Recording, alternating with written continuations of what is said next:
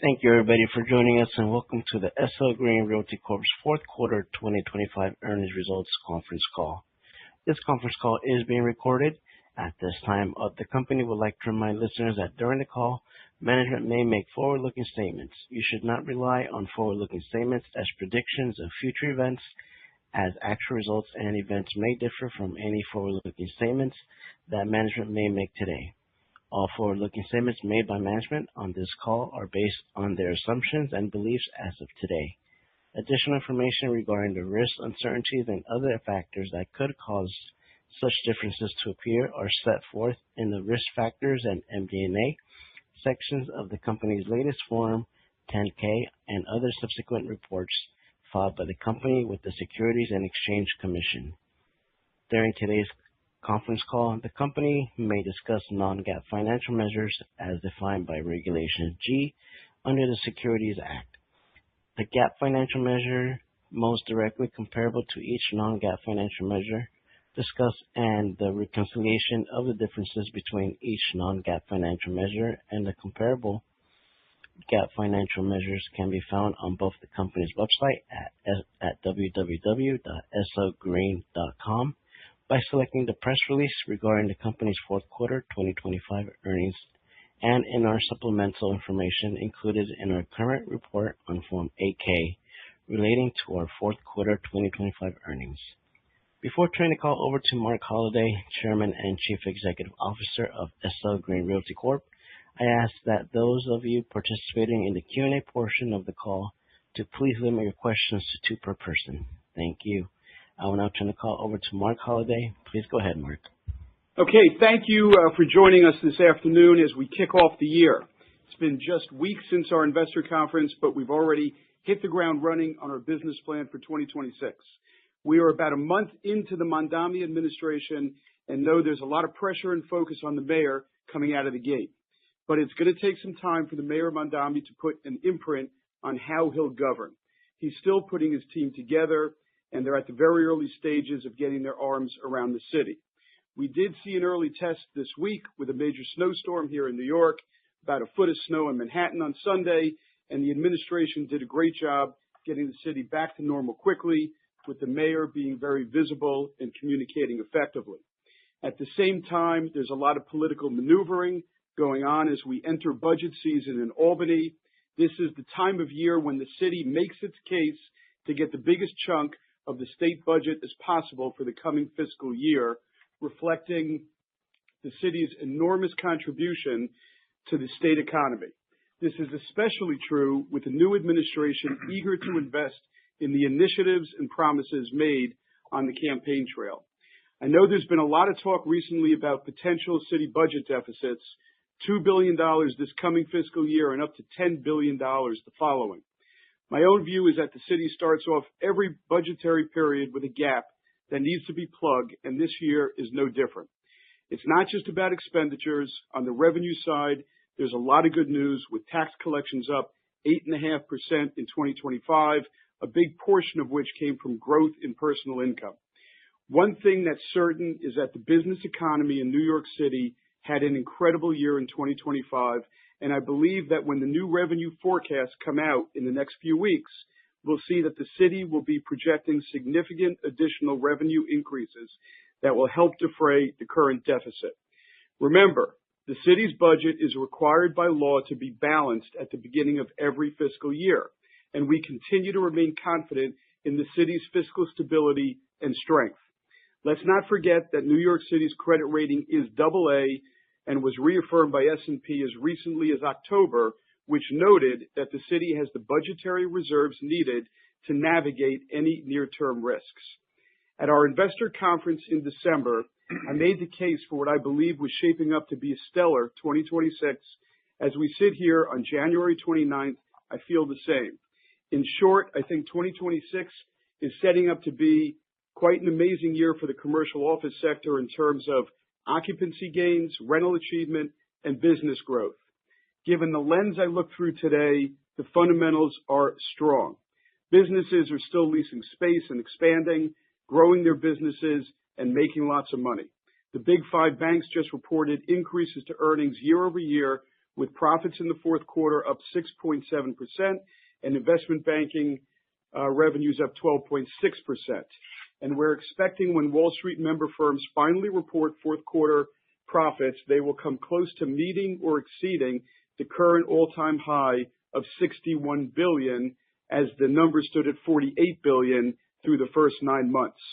Between Wall Street, the big five banks reporting, and what we see going on in our own portfolio, it all reaffirms our view at Investor Conference that New York City is differentiating itself from other U.S. cities in significant ways and will continue to be the central focus of investors looking to deploy capital in debt and equity this year and beyond. Case in point, I led a contingency from SL Green that just finished a 10-day swing through Asia, where we collectively held 24 meetings with debt and equity capital sources, investors, buyers, sellers, asset managers, and sovereigns. I can tell you that the appetite to invest in New York was as strong as I have ever seen. As we continue our travels around the world, we expect to see a similar theme play out. I expect that transaction volume for 2026 will be even higher than last year, which was $23 billion, an amount that was roughly equivalent to that of 2019, and it'll only facilitate the company's execution on our $7 billion refinance plan and our $2.5 billion disposition plan. We set lofty goals for ourselves in December, as we always do, and know you all will be monitoring our progress every step of the way, as you should. We like that pressure, and we've never been more motivated to meet or exceed those goals than this year. What emboldens me is that the private markets completely get it. One point I highlighted at Investor Conference, Paramount trading at under $4 a share and then selling for nearly $7 was not lost on anyone. The private markets see economic growth in real terms, the coalescing of young and highly educated talent, and strong business demand right here in New York City.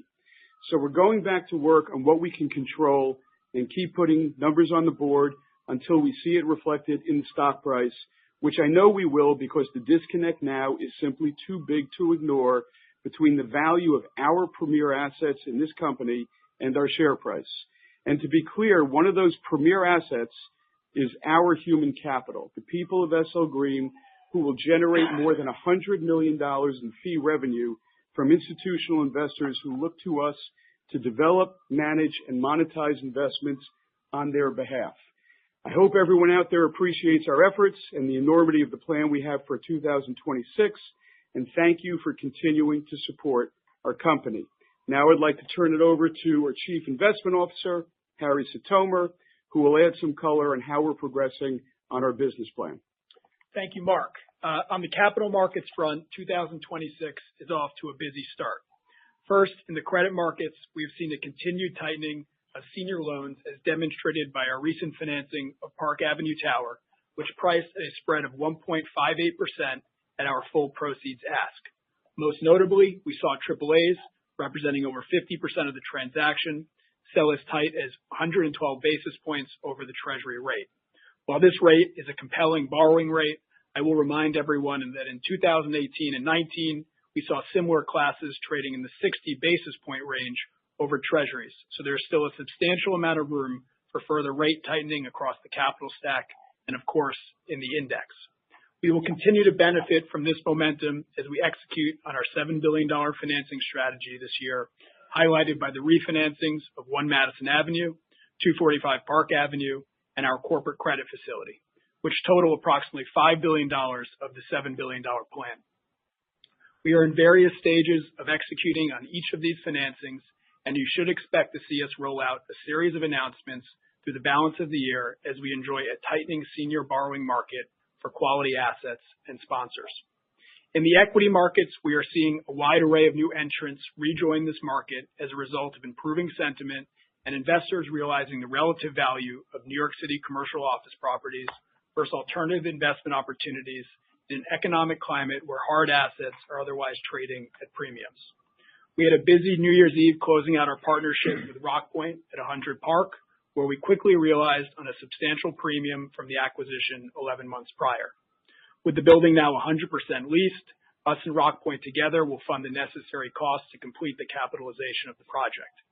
We welcome Rockpoint to our blue chip roster of reliable partners. They are a great firm, and we expect to do more together. This was Rockpoint's first major office deal in 6 years, a testament to the recovery in New York City. We are in negotiations on contracts and term sheets on 4 additional transactions in our $2.5 billion plan, and look forward to sharing updates as we further our JV and counterparty roster. On that note, and to reiterate Mark's earlier color, I will add what a difference a few years makes in the private markets. After our investor conference, my phone and inbox was flooded with inbounds looking to explore participating in our capital markets plan for the year.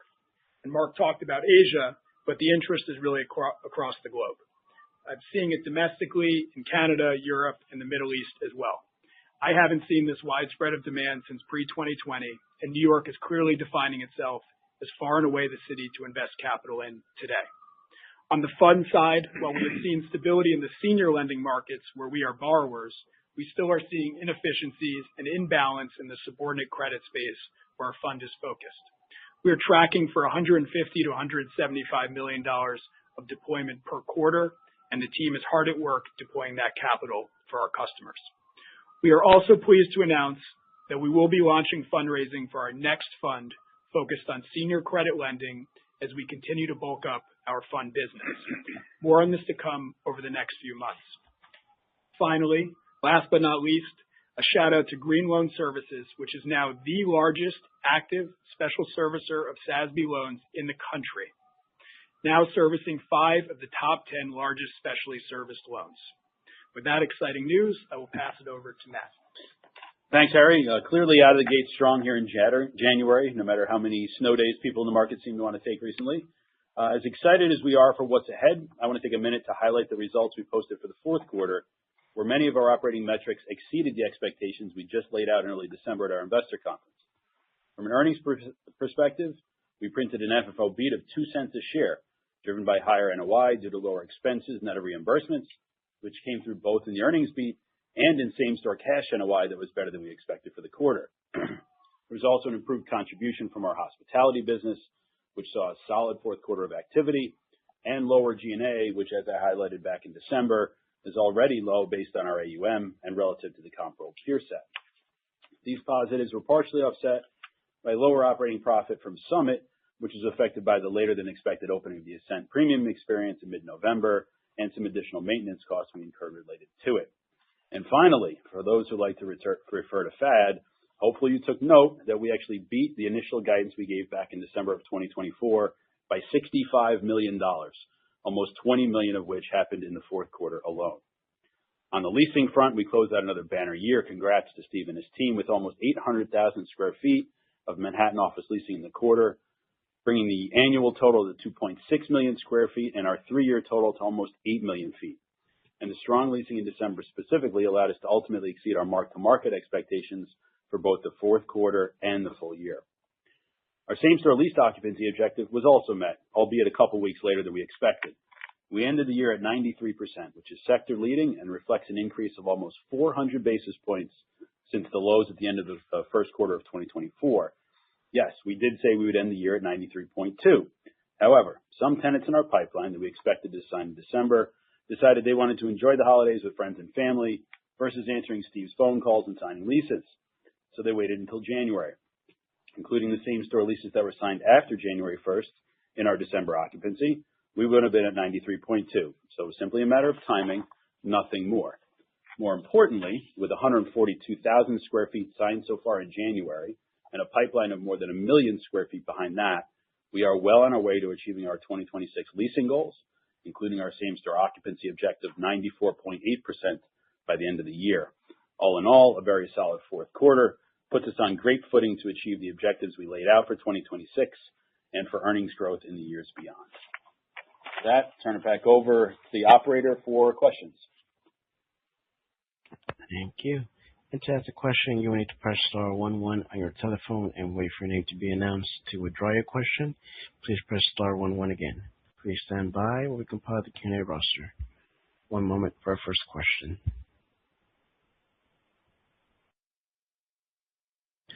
Our first question will come from the line of Alexander Goldfarb from Piper Sandler. Your line is open. Great. Hey, good afternoon. Thank you. Steve, maybe just hitting AI up front. We've now had AI out there for quite a while, and the market seems to be shaking out. But you see, like law firms, for example, they're bidding aggressively for associates. You see the demand that you guys and others are showing for office, and at the same time, other industries are talking about downsizing from AI. So can you just give an update how your tenants and the tenants who are driving the market, how they are incorporating AI, and are they truly downsizing any people, or this is just all like part of the mix and therefore AI is part of their business, but it's not affecting their hiring plans or how much space they need to take?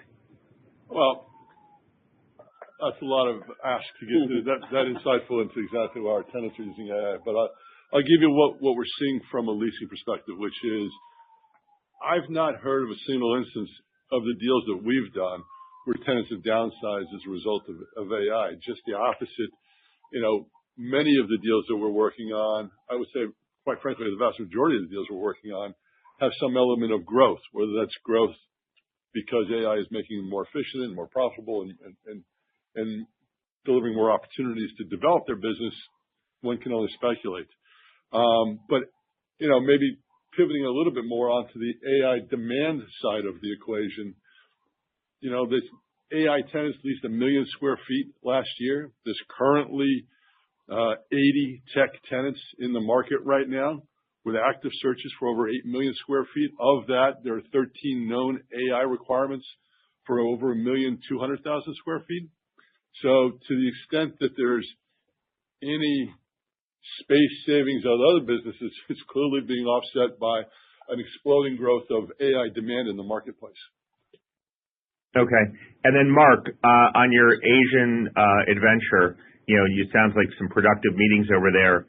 Are there any areas of interest where the overseas investors want that surprised you, or how are they talking to you about the money in terms of, are you giving them the ideas of, hey, we can invest here and there, or they're saying, hey, here are the areas that we want to focus on, and this is where we'll give you more money? I'm trying to figure out, which way the horse race is being driven, and if it's conjuring up some new opportunities or maybe just reaffirming your existing game plan.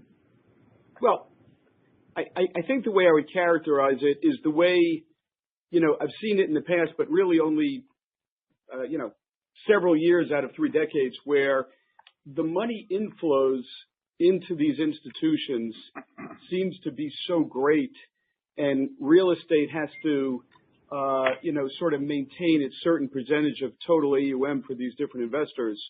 And many of these, country investors have kind of maxed out their investments in their local economies, and they really can't invest more. So they, are, almost forced, if you will, to look outside their borders. And when they do that, it was quite evident to me that there's really only a couple of areas that they feel comfortable investing in worldwide and certainly in the U.S. And the constant theme of New York City, Midtown Manhattan, real estate being sort of the real estate equivalent of U.S. Treasuries, I think really resonated in terms of, risk-adjusted downside safety and a path towards real returns, where you can still earn double-digit returns on good core real estate assets, because interest rates in the U.S. are still relatively high and cap rates are still relatively high, and that translates well for a lot of these investors. So there was a lot of our counterparties, telling us that they are looking to us to help them deploy capital in various different ways, debt and equity, development and core assets. Some is more opportunistic. In some cases, people have interest in the Summit platform and sponsoring growth in the Summit platform in various markets, et cetera. So it was, it was just great meetings. Our franchise in those markets is very well known and highly regarded. there seems to be a lot of capital deployed in 26, and notwithstanding some of the geopolitical events with, particularly with tariffs, both ways, U.S.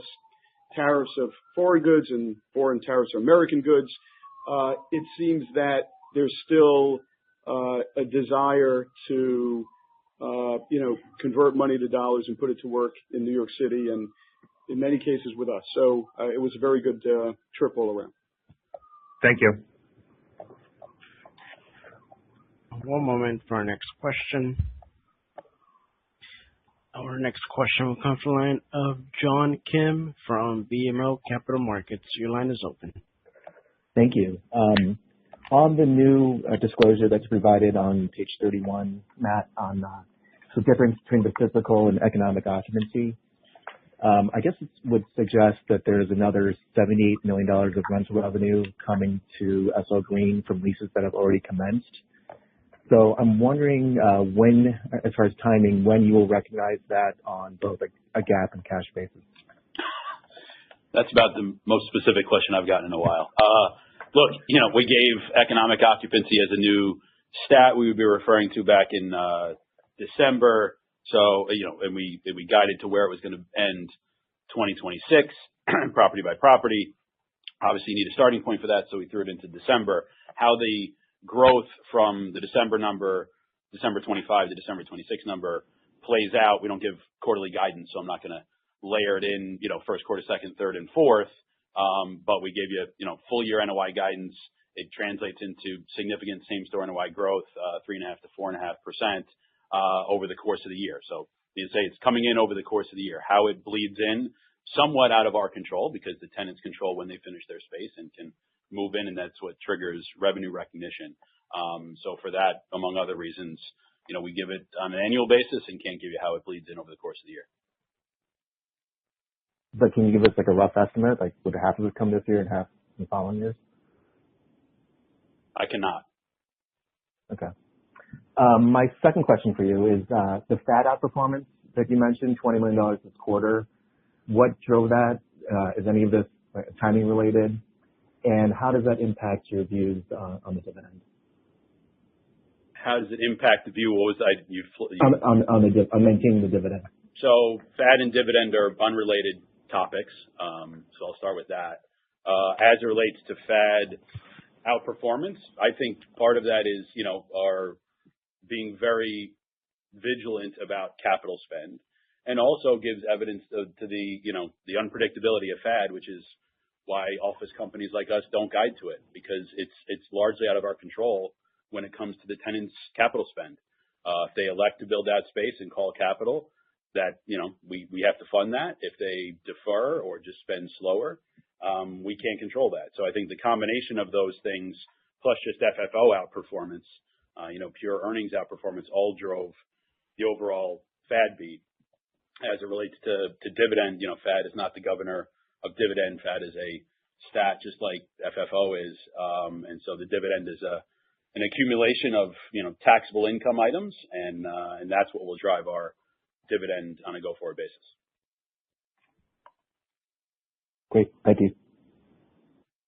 Thank you. One moment for our next question. Our next question will come from the line of Nicholas Yulico from Scotiabank. Your line is open. Thanks. I guess just going to the asset sales guidance that you've given, the $2.5 billion, and you gave some NOI impact this year that was expected. Is it right to think that that's the timing of the asset sales is more of a back half of the year impact? And can you just give us any sort of range on how to think about cap rates for the different asset classes that you're selling? So you're right to say that it's mostly back half. We do have some asset sales. Harrison commented that there are term sheets, contracts, and advanced discussions. So maybe we can get some of those wrapped up, in the first half of the year. But by and large, a lot of it is second half. And we're selling probably the most diverse group of assets we ever have. We have some stabilized office, we have development sites, we have residential, we have retail, a little bit of everything. I wouldn't hazard to put a blanket cap rate on all of that. And when you talk about a development site, there is no cap rate. I don't know if Harrison, you want to add anything to that? No, I think that's right. For competitive purposes, I wouldn't want to put a cap rate out there that you want us negotiating the best price. But I would add that we put out that business plan only a couple weeks ago. We have a very high degree of confidence in executing on that plan. That's why we put it in front of everybody. And we are hard at work at getting that plan done. And as I mentioned, 4 of those deals are already in term sheet or contract negotiations. So hopefully some more news to come over the coming months. Okay, thanks. And then I just wanted to follow up on the dividend question. I know what you mentioned on, Fed and how it doesn't impact necessarily the thinking on the dividend, but I was just wanted to see if you could give us a little bit more of the thought process of the board because, ahead of the March decision on the dividend, how the board's thinking about it because, we're all seeing that FFO and likely Fed is going down this year, and so it kind of raises questions about the dividend. Any additional commentary there would be helpful. Thanks. Yeah, I would. It's premature to have a dividend conversation right now. We'll take it up with the board. I can tell you the board doesn't just look at the next quarter, 2 or 3. The board takes a holistic look, and we're going to look at things in the coming years. I think 27 is going to be a really strong year. So, we don't peg the policy quarter to quarter. It's intended to be underpinning of a long-term plan of investment and harvesting, repatriation, creating free cash flow. And one of the biggest parts of that plan now, which is different than it used to be, is the creation of, pure net fee income, unlocking the value in the platform over and above just our asset value. And that, money, if you will, is kind of in place of what used to be DPE income.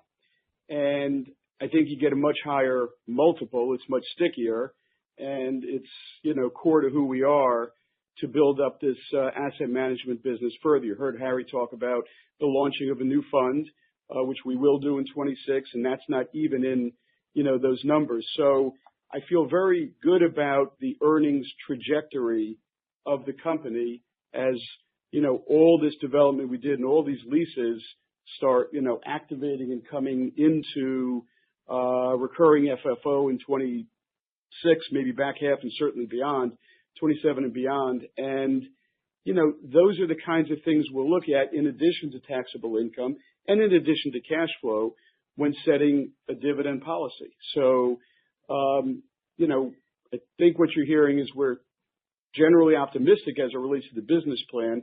Where we peg the dividend, at a moment in time is something the board will take up in, I guess, March or April. Yeah, March. And, there's not a lot more I can add, to that. But, you mentioned something about, declining or falling earnings this year.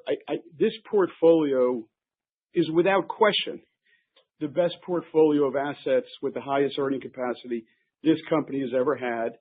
And at the end of our $7 billion refinancing plan, our $2.5 billion disposition plan, the balance sheet's going to be exactly set to where we want it to be at the end of this year. And we're, poised for opportunity and growth, earnings growth and value growth. So, the dividend we'll have to suss out in March. But, this is not a company that feels like it's in a moment of decline. I think we're in a moment of expansion on all levels. And, I think the private market gets that. And I hope the public market, comes to realize the great successes we're having in this market and follow suit with support. But until then, we're happy. It's a necessity that we have extraordinary support from global investors. All right. That's helpful. Thanks, Mark.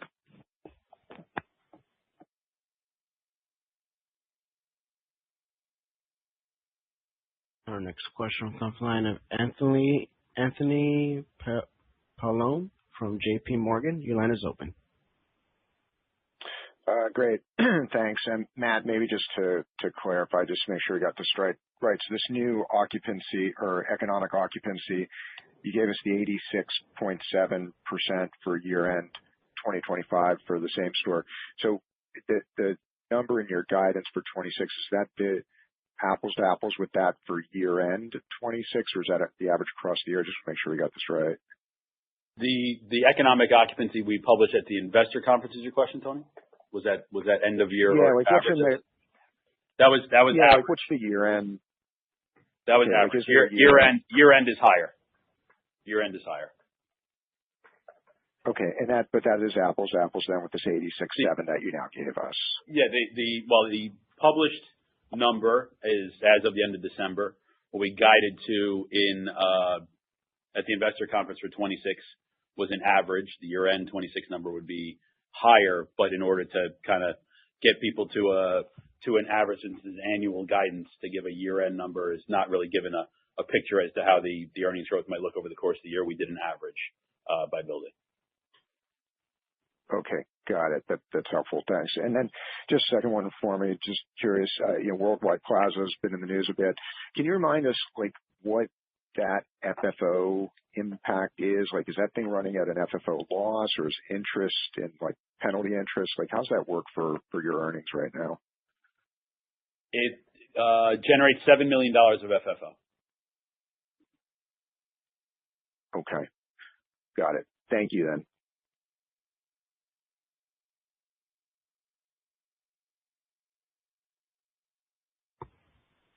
Our next question comes from the line of Blaine Heck from Wells Fargo. Your line is open.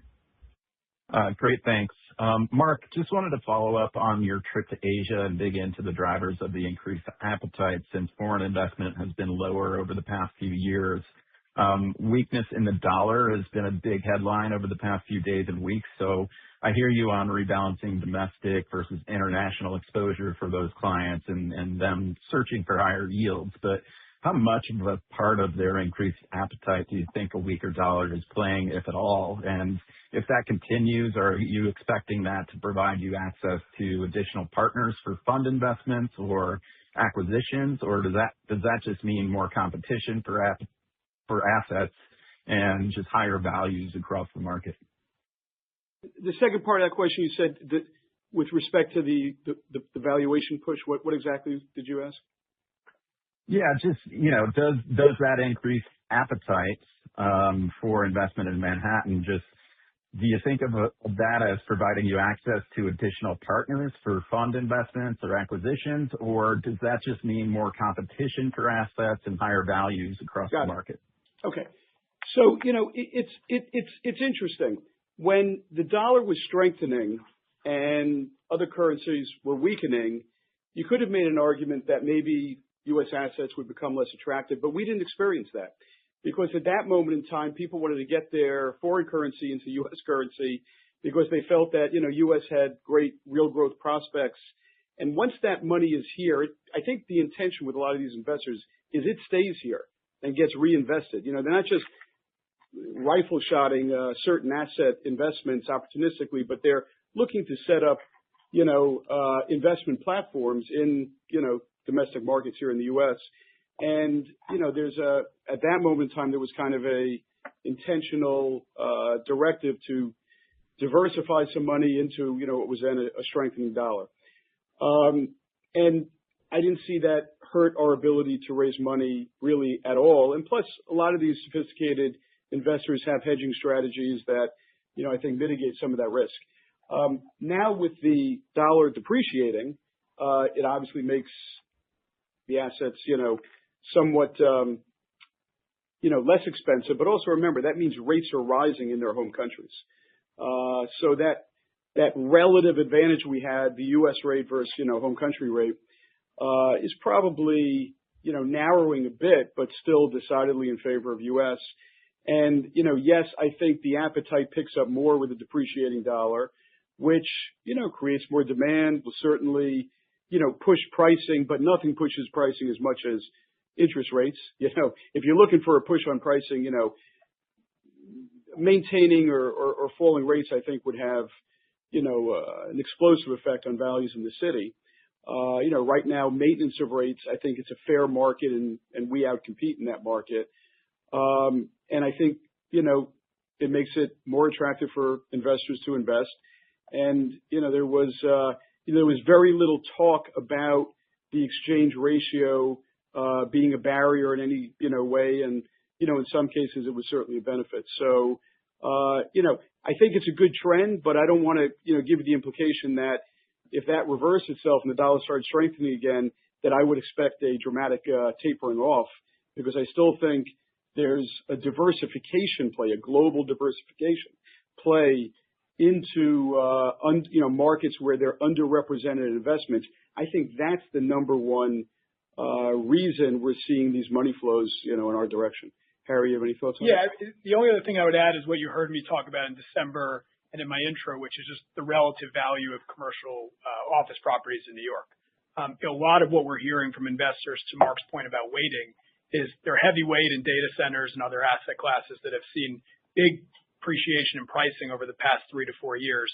We haven't seen that type of appreciation for the past few years in commercial office assets, and that's what's enticing them into this market, is the relative value versus other opportunities in other asset classes. Okay, very helpful commentary. Second question, you have a significant disposition target for 26 and a solid occupancy trajectory forecast for the year.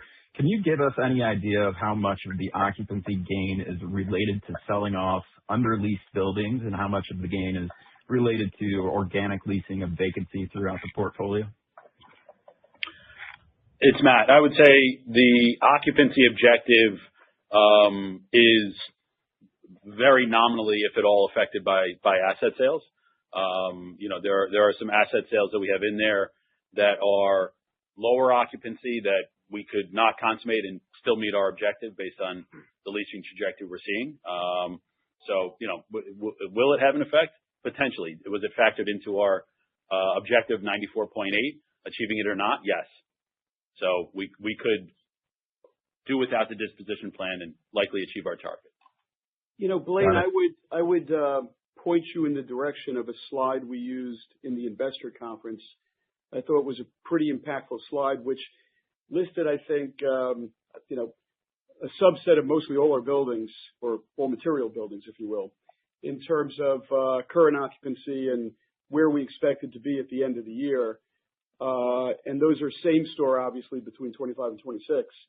And, it showed not only in almost every case, maybe not every case, but the vast majority of cases, occupancy gains being projected, which underlie the march forward from 93 to 94 plus in 2026. But, shows you two stories. One, we're operating at the highest levels, I think, in the market at getting to 95 and above on a major segment of our portfolio.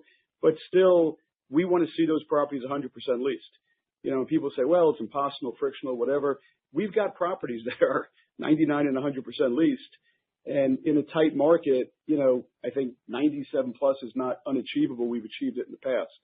And every 100 basis points for this company has a dramatic impact on the bottom line. So, I just think, referring back to that slide will give you a good visualization of where we see the occupancy gains coming from. Great. Thank you, guys. Thank you. One moment for our next question. And our next question will come from the line of Brendan Lynch from Barclays. Your line is open. Great. Thanks for taking my questions. Maybe one for Harry.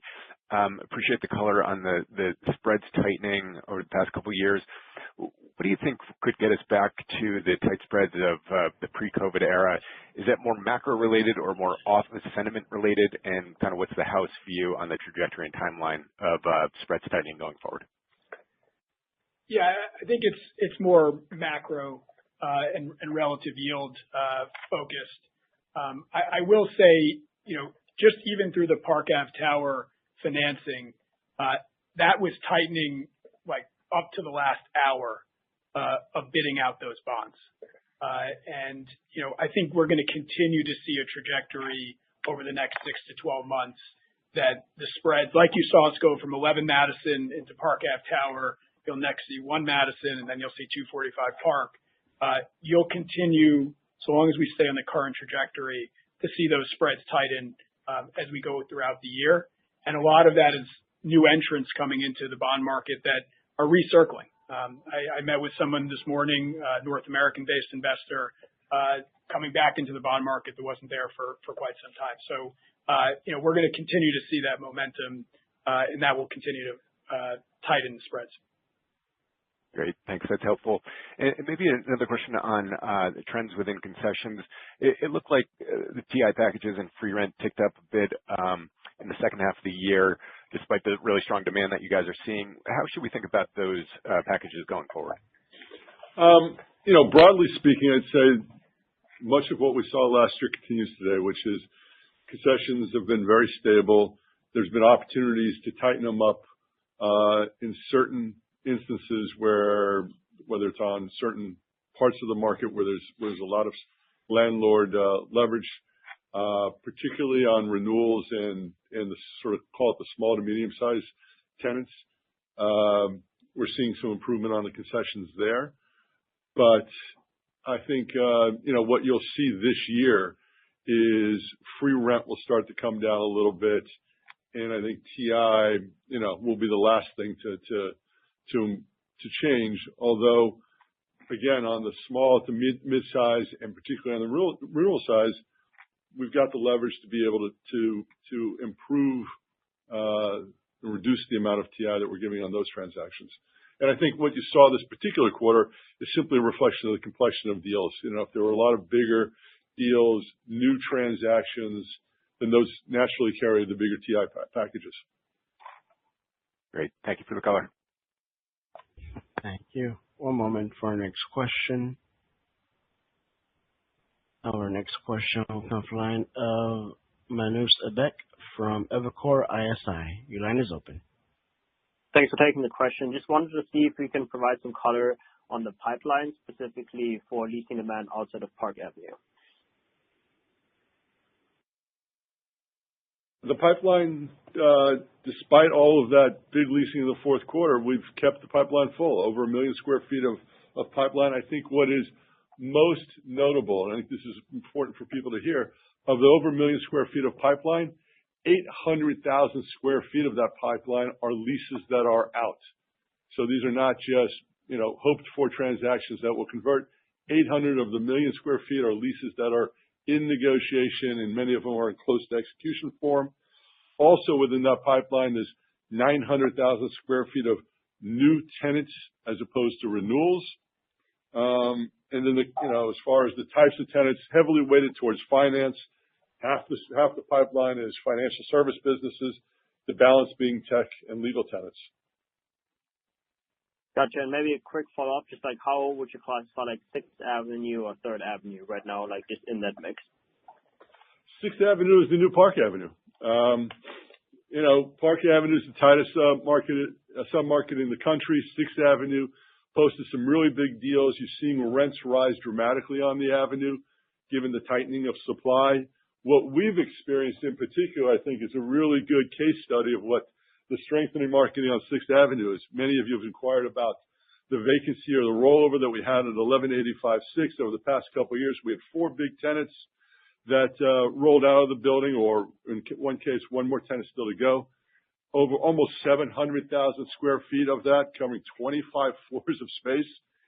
Since that period, we've leased 434,000 square feet. We have leases out on 135,000 square feet, deals pending on 131,000 square feet, which leaves us only 24,000 square feet to deal with of that almost 700,000 square feet of roll, which I think is an amazing case study to the strengthening of the submarket, to say nothing of the strength of the leasing team, of course.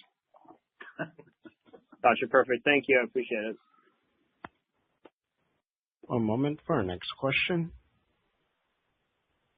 Our next question will come from the line of Ronald Kamdem from Morgan Stanley. Your line is open. Hey, great. Just 2 quick ones. On the same store NOI guide of 4%, I think last year there was some headwinds from sort of Summit Operator. Was just curious if we could sort of decompartmentalize that guide in terms of the benefit from Summit versus occupancy versus other factors, just to get a sense of that 4%. Thanks. I would say, Summit has an impact on it, but it's not going to be the main driver of it. Clearly, the driver is, occupancy increases. As I said in my earlier commentary, we've driven same-store occupancy from, up 400 basis points in a period of, 7 quarters. That starts to flow through. That's why we show economic occupancy as a new metric ticking forward with still growth thereafter. That translates into obviously same-store NOI growth of, the 3.5% to 4.5% this year and, 10% plus in 2027. The Summit effect, it had an effect. So it'll be, helpful in 2026 clearly to have Ascent back up and running and Summit back on a great footing. But it's not the driver. Helpful. My second one is just going back to the dividend payout ratio. I appreciate FAD is not the right sort of way to look at it.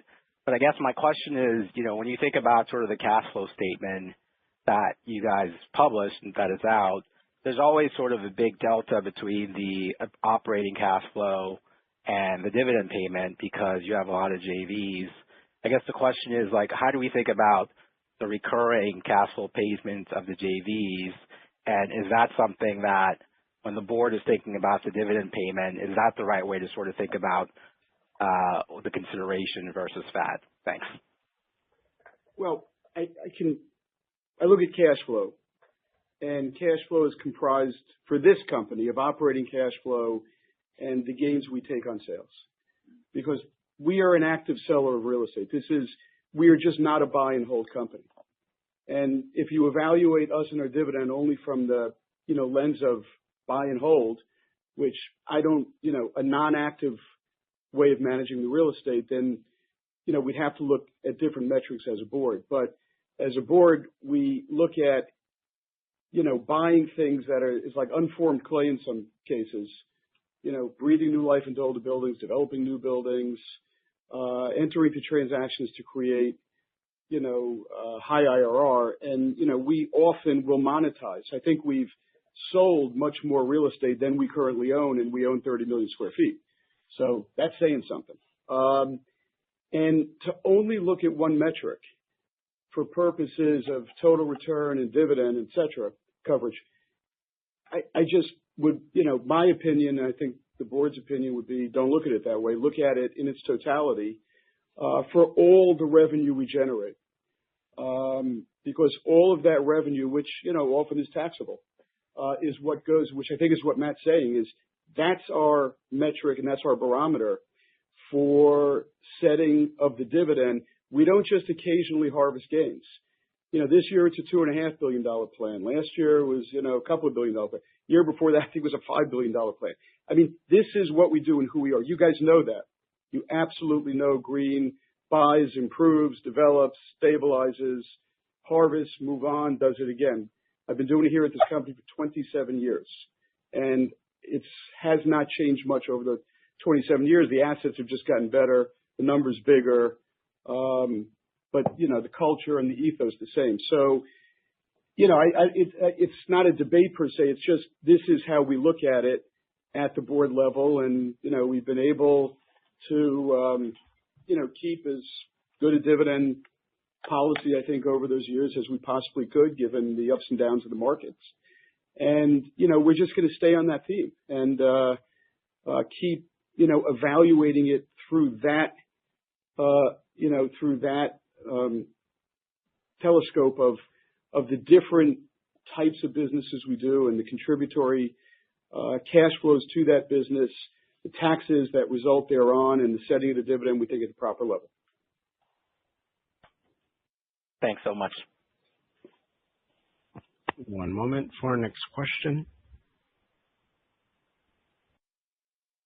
Our next question will come from the line of Peter Abramowitz from Deutsche Bank. Your line is open. Yes, thanks for the time and thanks for taking the question.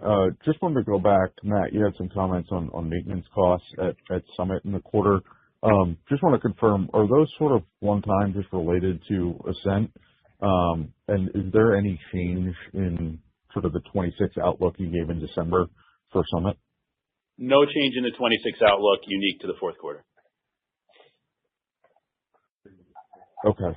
Got it. And then I guess either for Harry or for Mark, you talked about some of the deployment you're starting to look at out of the debt fund. Could you just give us a sense of sort of where you're underwriting returns on some of those initial investments? Yeah, sure. I mean, we've given out a slide at the investor conference that fund targets gross returns of mid-teens. Okay. And so largely what you've seen so far is fairly consistent with what you talked about at the investor day? Yeah, absolutely. I mean, no change in the past few weeks. Mostly focused on subordinate credit for all the reasons I gave in my introduction. And we're still seeing opportunities there to get the capital out in very interesting opportunities. All right. That's all for me. Thanks. Thank you. One moment for our next question. Our next question will come from the line of Seth Bergey from Citi. Your line is open. Hi, thanks for taking my question. It might be a little early, but just in the context of, one of your peers who owns a site across the street announced some pre-leasing, I guess, could you talk a little bit about kind of any early indications of demand for the 346 Madison development site? Well, advanced demand for Brooks 346. Brothers. Well, we just debuted it last week. Hope everyone liked the design and we closed, I think, in September or October. Somebody can correct me. Within those few months, we conducted a fulsome design competition. Went through a range of different designs to get to something that we settled on as being something that we think is really going to be world class to try and stay within the spirit of doing efficient buildings but really attractive buildings and well amenitized, etc. We're excited for this project. We think it's the right project at the right time. I think we just formally unveiled it last week, and I know, Steve, your phone's been ringing, and you've had some pre-conversations. So, where are we at? Yeah, listen, my only wish is that we had the building built and ready to go today, because there'd be more than enough demand to fill it. Just to give you a sense of the kind of large tenant demand that's out there, there's 250 tenants that are being tracked in the market right now, covering 26 million square feet of tenant demand. Of that, there are 32 tenants with requirements over 250,000 square feet, and another 37 tenants with requirements between 100 and 250,000 square feet.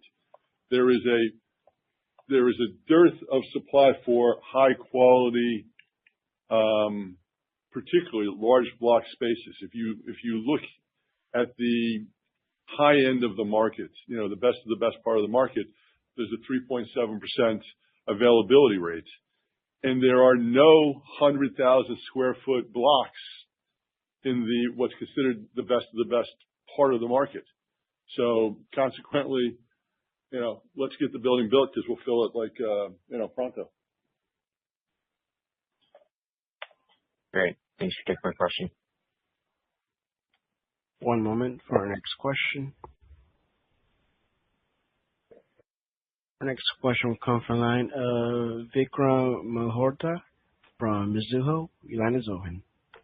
Afternoon. Thanks for taking the question. I guess just first, you've talked a lot about the leasing pipeline trajectory, getting to that occupancy number. One of your peers yesterday said New York on new leasing, you're doing double-digit roll-ups. We can see that in your reported numbers. You're seeing roll-ups. I'm just trying to understand, as it stands today with the pipeline, where would you peg your portfolio mark to market today? Can you give more guidance? Well, yeah, we gave guidance or our objective for the year back at the investor conference. We don't mark to market the portfolio, as in its entirety, because you can't market all to market this, in one shot. But I would say our pipeline reflects the exact range that we gave in December. What was the range in December? Do you recall? So the high single digits. Okay. Just, I know I'm not going into like what is FAD, does it cover your dividend or not, does it matter? But just one component, given the leasing you've done last year that's, commencing and then the tenants spending money and all the leasing you're doing this year, how should we just think about actual dollars in terms of TIs that are hitting that FAD calculation this year versus last year?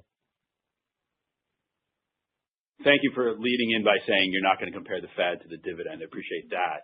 As it relates to trajectory, we are still funding, as we did in 25, leasing that we've done for the last couple of years. That though, as volumes, slow as we get the portfolio full, once you get to, we're going to get to close to 95% by the end of the year. So, volumes will drift lower, and then we, Steve is seeing concessions kind of moderate, and that spend goes down. It's kind of the natural progression, and that follows with the NOI growth that we're seeing next year, and thereafter. It's worth noting that over the next 4 years, we have the lowest rollover that I recall in the company's history. Less than 900,000 square feet of leases expiring each year over the next 4 years, whereas typically we were 1.2 million to 1.5 million or more in certain years. I think another way to look at it is I think over the past 2 years we did 6 million square feet of leasing. 8 million in 3 years. What's that? 8 million in 3, 6 million 2 years. I think our projection for the year is like 1.6 million or 1.5 million. I mean, in that range, 1.5, 1.6 million. We don't have a projection for next year, but that we've been public with, we certainly have our own internal projections. And suffice it to say, as we continue to fill these buildings and get towards occupancy, the volume of leasing necessary to generate high occupancy becomes somewhat less. Capital associated with that becomes less, and the scarcity value allows you to trim in renewal TIs and free rent back to levels that are seen. So there's multiple reasons why we would see a big improvement in that FAD number in 27, which is what I was trying to allude to 2 or 3 questions ago on FAD.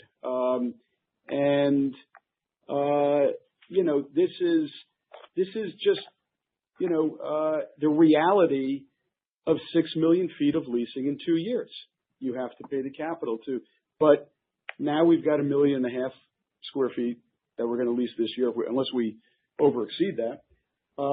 And the projection for the year after, and the year after, as Steve just said, are going to be relatively modest because of the less roll and the tightening of the packages. So, that's where it is, but it's a good news problem, guys. It's a good news reality that, we're paying to install a lot of 10, 15, in some cases 20-year tenancy, often at triple-digit rents. What was our average rent for the quarter, Matt? Low 90s. Low 90s. We're in the 90s to hundreds, now for average rents in this portfolio, and you can, that's where you start to make some real margin to cover the concessions and, contribute to the cash flow of the company. But it took a lot of work over the past few years to get here, and now we're here and we're kind of enjoying that. So I think we're 6 or 12 months ahead of, I think the narrative here, looking out to 27 and beyond, and we see a lot of great recovery there in both FAD and earnings, which will be the subject of discussions in the second half of this year. No, I appreciate that. I guess we're just trying to understand you through the 10% same store number for next year, which is a great acceleration. But just trying to understand whether it's like delayed TI spend or debt refi or asset sale impacts, which will, may or may not be dilutive. But just as we go, that how much of that 10% then gets offset so that maybe the FAD growth gets pushed out again 1 year. That's kind of, I guess, I'm just trying to make one big piece of it that's been a headwind the last 3 years, and you're saying it's going to be a tailwind. But ultimately, I guess we're just trying to understand how much of that 10% next year gets eaten up. I think Mark gave you all the commentary you need. We have 10% NOI growth coming out of it, and capital should be moderating. Yeah. That's it. That's the end game. Thank you. One moment for our next question. Our next question comes from the line of Michael Lewis from Truist Securities. Your line is open. Great. Thank you. I apologize if I'm just blanking on this, but why is Landmark Square now 733,000 square feet versus 863,000 square feet the quarter before? Did 130,000 come out of service for something?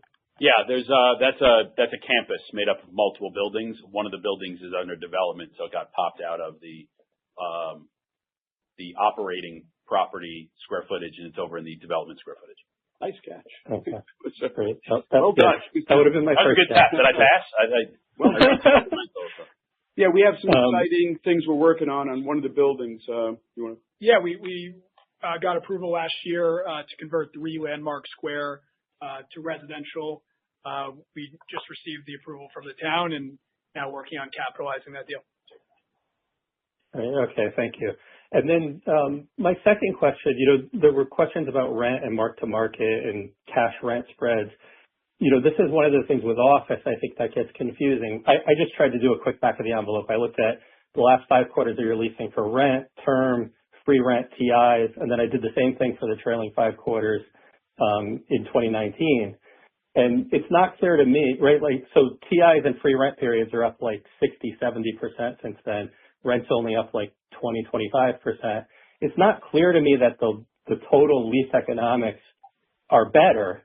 I just wonder, how do you think about that?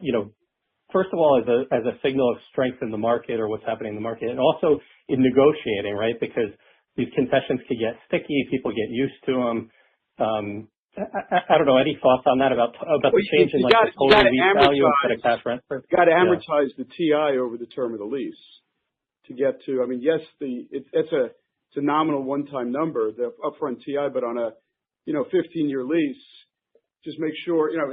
I'm not questioning your math. I'm just saying make sure that when you're comparing a 20% annual rent increase, make sure you're looking at the annual TI increase.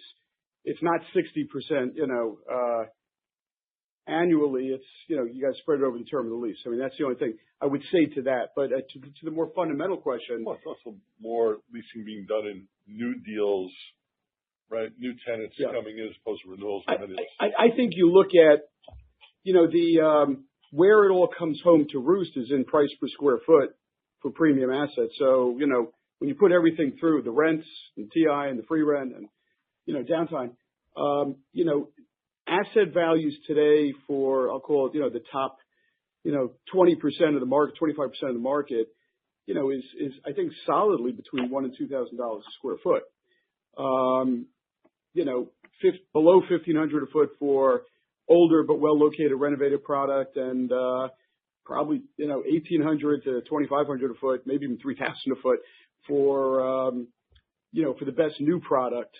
And so, in order to achieve those kind of price per foot, they have to be supported with the net effective increase of rents minus concessions. And certainly, if you look back to 18 or whatever period of time you were looking at, asset values were not there.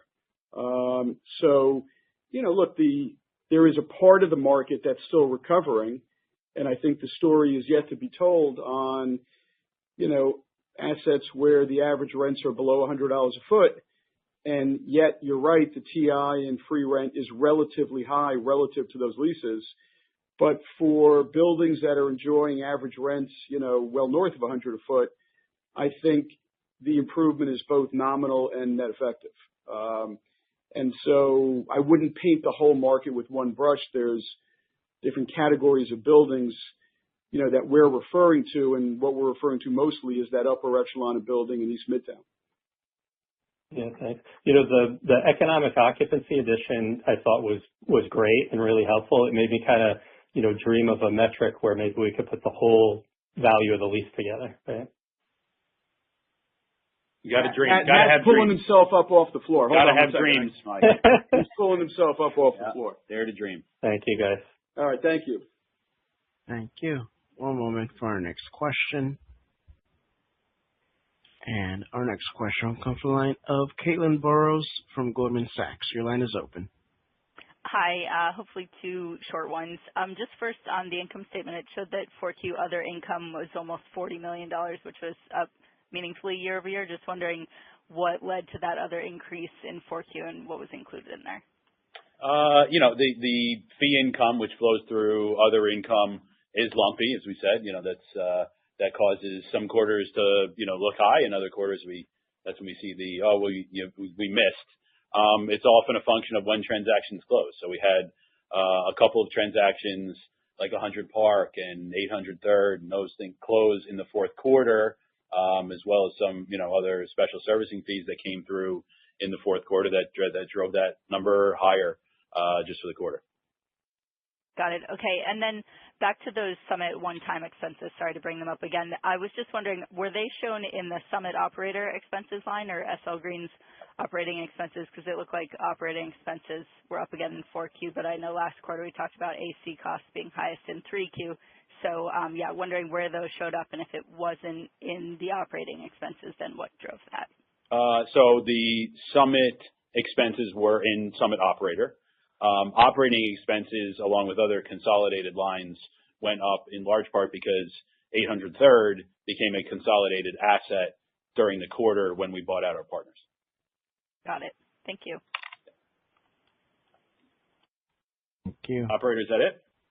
Yes, this concludes our question and answer session. I would now like to turn it back over to Marc Holliday for closing remarks. Okay, no closing remarks, operator. I think we've been on for quite some time, so thank you to all who stayed with us throughout. Thank you for the questions, and we'll speak to you all again in 3 months. Thank you for your participation in today's conference. This does conclude the program. You may now disconnect. Everyone, have a great day.